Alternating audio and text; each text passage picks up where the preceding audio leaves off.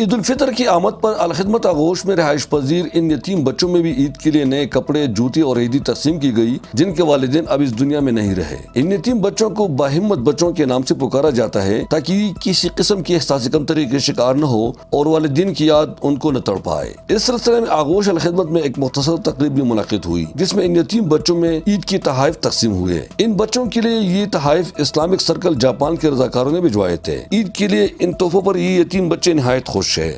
مجھے آج عید کے موقع پر نئے کپڑے اور جوتے مل گئے، اس لیے میں عید کو بہت خوشی سے مناؤں گا۔ میں آج بہت خوش ہوں، مجھے نئے کپڑے اور جوتے مل گئے اور میں احساس کمتری کا شکار نہیں ہوں گا اور میں بہت خوشی سے عید مناؤں گا۔ الخدمت فاؤنڈیشن کے صدر عبدالحق کا کہنا ہے کہ ان کا ادارہ دیگر فلاحی کاموں کے ساتھ ساتھ ان یتیم بچوں کی تعلیم و تربیت، قیام و قیام کی بھی مفت بندوبست کرتے ہیں۔ ہم اس عید کے مسرت موقع پر بچوں میں عیدی جوتے اور نئے کپڑے تقسیم کر رہے ہیں تاکہ یہ باہمت بچے عید کی خوشیوں میں شریک ہو سکے۔ آغوش کے ایڈمنسٹریٹر نے میڈیا کو بتایا کہ وہ یتیم بچوں کا ہر لحاظ سے خیال رکھتے ہیں۔ عید کے موقع پہ ہم نے ان کے ساتھ تعاون کیا، ان کو عیدی دے دی، ان کو نئے کپڑے دے دی، شوز دے دی تاکہ یہ بچے دوسرے بچوں کی طرح خوشی سے اپنے عید منا لیں۔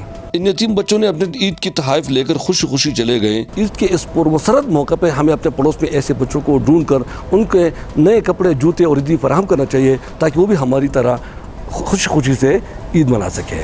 اخوذ فاروقی، چترال۔